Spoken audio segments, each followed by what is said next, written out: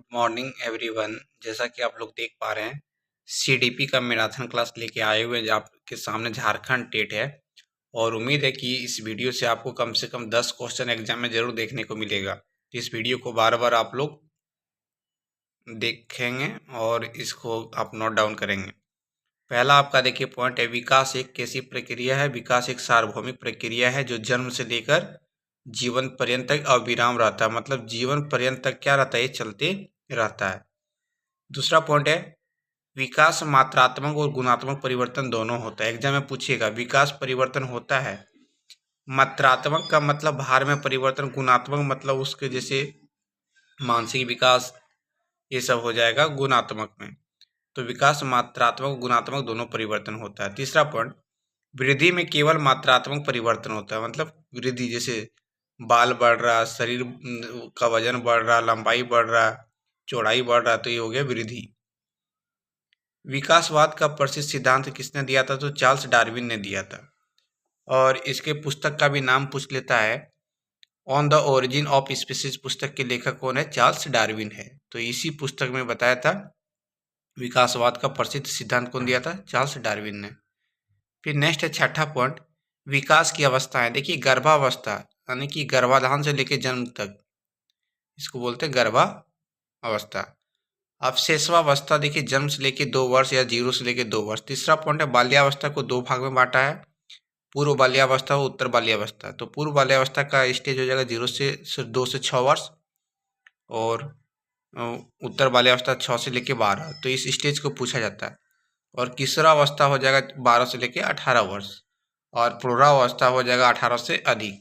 तो इस विकास की अवस्थाएं, कोई 5 अवस्थाएं जनरली आपको एग्जाम में पूछा जाता है। देखिए सातवां पॉइंट, गर्भ में बालक को विकसित होने में कितना दिन लगता है? 280 दिन लगता है। यानी कि 280 तो 3 महीना 10 दिन, महीना में 30 दिन हो गया तो 9 हो गया, 9 महीना 10 दिन। ठीक है, 9 या 27। नवजात शिशु का भार, यानी कि बच्चा जब जन्म लेता है तो उसको नवजात शिशु कहते हैं, उसका भार 7 पाउंड होता है।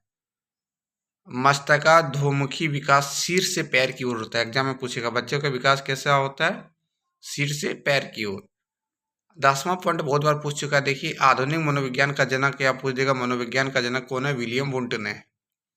और मनोविश्लेषण के जनक है सिगमंड फ्रायड। सिगमंड फ्रायड बहुत बार पूछ चुका है। और भारतीय मनोविज्ञान के जनक कौन है? डॉक्टर नरेंद्र नाथ सेनगुप्ता है। 12वां पॉइंट। 13वां पॉइंट, विश्व की सबसे पहली मनोवैज्ञानिक प्रयोगशाला 1879 में जर्मनी के लिपजिंग विश्वविद्यालय में स्थापित की थी। किसने की थी? अभी बताए थे विलियम वुंट ने किया था। इसलिए आपको बता दें आधुनिक मनोविज्ञान का जनक विलियम वुंट को कहा जाता है। 14वां पॉइंट, आधुनिक भाषा विज्ञान के जनक है नोम चॉम्स्की। बहुत ही फेमस है, भाषा के क्वेश्चन पूछे तो इसका बहुत बड़ा योगदान है। 15वां देखिए, सीटेट में बहुत बार पूछा जाता है जीन पियाजे की। तो जीन पियाजे को संज्ञानात्मक विकास के सिद्धांत के जनक के रूप में जाना जाता है, जिसने मुख्य रूप से 4 सिद्धांत दिए हैं या 4 स्टेज दिए हैं। पहला है देखिए संवेदिक प्रेरक चरण या अवस्था, सेंसरी मोटर स्टेज 0 से 2 वर्ष होता है। पूर्व संक्रियात्मक 2 से 7 वर्ष और मूर्त संक्रियात्मक 7 से 11 और औपचारिक संक्रियात्मक 11 से अधिक, या किसी किसी बुक में 11 से 15 दिया रहेगा। ये चारों स्टेज बहुत बार पूछा जाता है, खासकर सीटेट में। अब देखेंगे लेव वाइगोट्स्की जो होता है, रूसी मनोवैज्ञानिक के सामाजिक सांस्कृतिक विकास सिद्धांत के जनक माना जाता है। एग्जाम में पूछता है लेव वाइगोट्स्की कहाँ के रहने वाले थे? तो रूस के रहने वाले थे। और ये फेमस किसके लिए? सामाजिक सांस्कृतिक विकास का सिद्धांत के जनक के रूप में जाना जाता है। सामाजिक अधिगम पूछा जाए तो अधिगम, या सामाजिक संज्ञानात्मक सिद्धांत पूछा जाए तो अल्बर्ट बंडूरा है। देखिए एलईडी एक फुल फॉर्म पूछा जाता है। एलईडी का full form language acquisition device, जिसको भाषा अधिग्रहण उपकरण कहा जाता है, ये नोम चॉम्स्की द्वारा प्रतिपादित किया गया था। बहुत बार पूछा जाता है। एलईडी शब्द का प्रयोग किसने किया था? नोम चॉम्स्की ने किया था। एलईडी का पूर्ण रूप क्या है? लैंग्वेज एक्वाजिशन डिवाइड है। 19वां पॉइंट, थॉर्नडाइक को अधिगम सिद्धांत के जनक माना जाता है। थॉर्नडाइक। और प्रयास एवं त्रुटि का सिद्धांत भी थॉर्नडाइक ने ही दिया था। और शास्त्रीय अनुबंधन का सिद्धांत इवान पावलोव ने दिया था। सारा फेमस है क्वेश्चन। क्रिया प्रसूत अनुबंधन का सिद्धांत दिया था BF स्किनर ने। देखिए अभी तक 3 बार राष्ट्रीय शिक्षा नीति लग चुका है। नेशनल एजुकेशन पॉलिसी 1968, 1986, 2020 अभी तक 3 बार बना है। देखिए 24वां पॉइंट है, त्रिभाषा सूत्र का सुझाव कोठारी आयोग ने दिया था। कब दिया था? 1964-66 ईस्वी में। RT एक्ट कब पारित हुआ? तो आपसे पूछेगा RTE एक्ट। हम लोग जब पढ़ते हैं RTE मतलब राष्ट्रीय शिक्षा अधिनियम 2009 पढ़ते हैं, तो वही पूछ रहा है RT एक्ट पारित कब हुआ था? 4 अप्रैल 2009 को, लेकिन लागू हुआ है 1 अप्रैल 2010 को। तो यहाँ क्वेश्चन कन्फ्यूजन नहीं करना। मान लीजिए पारित हो गया लोकसभा में, लेकिन उसको लागू तो कुछ देर के बाद ही होगा, तुरंत तो हो ही नहीं सकता। तो उसी दोनों डेट में फर्क है। तो RT एक्ट हम लोग हमेशा 2009 पढ़ते हैं, लेकिन आपको लागू का पूछा जाए तो 1 अप्रैल 2010।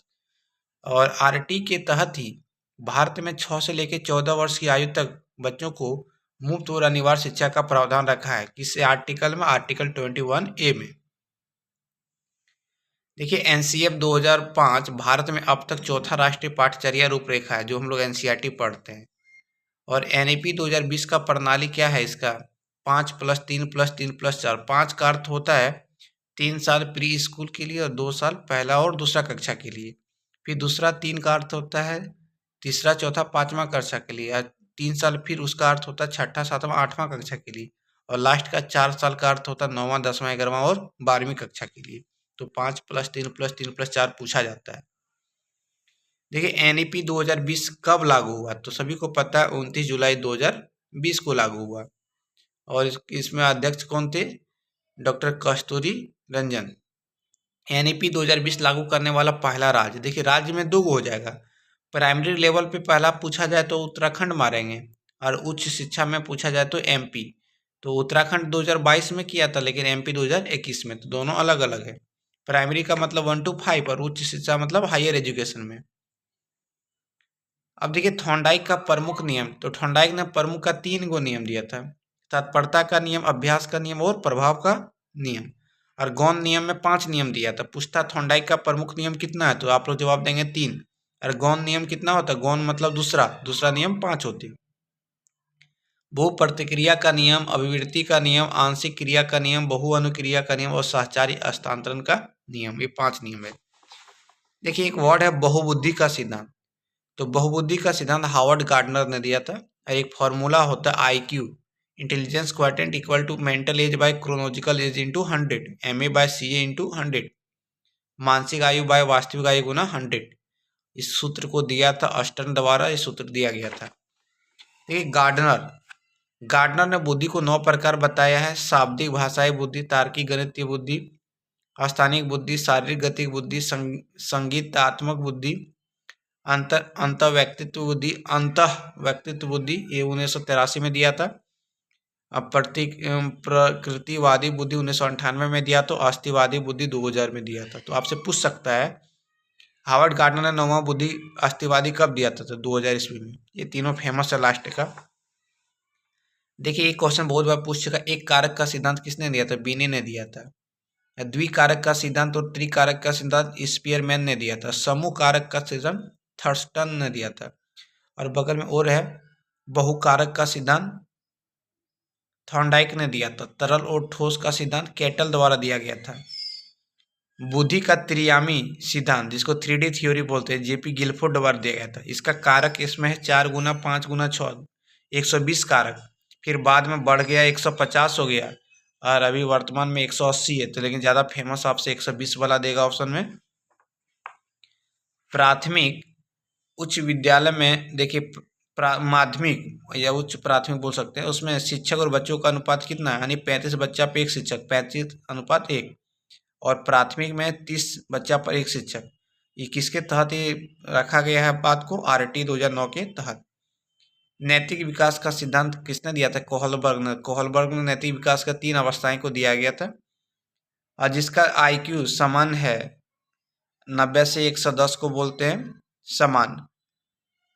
अब प्रतिभाशाली बच्चों का IQ होगा 130 से अधिक। अब मंद बुद्धि वाला का 81 से 90, और जिसका जड़ बुद्धि होगा 71 से कम। ये 42 क्वेश्चन आप लोग को 42 पॉइंट को बताए हैं इसमें, और बहुत ही मेहनत से बताएं। जेटेट में उम्मीद है कि इससे 10 क्वेश्चन तो आपको देखने को मिलेगा ही मिलेगा। तो आप लोग इसको अच्छे से क्या करेंगे, उम्मीद है कि नोट डाउन अपना कॉपी में कर लें, क्योंकि इस वीडियो को बनाने में सारे स्टेट टेट का प्रयोग किए हैं, चाहे यूपी टेट हो, राजस्थान टेट हो, हरियाणा टेट हो, मध्य प्रदेश टेट हो, झारखंड टेट हो, या किसी भी बंगाल टेट हो, हर टेट का क्वेश्चन को इसमें इंक्लूड किए हैं। थैंक यू, फिर मिलते हैं नेक्स्ट वीडियो में। चैनल को सब्सक्राइब कर लीजिएगा आप लोग, और झारखंड का जितना भी है क्षेत्रीय भाषा उसका भी वीडियो इस चैनल पे देखने को मिलेगा। Thank you.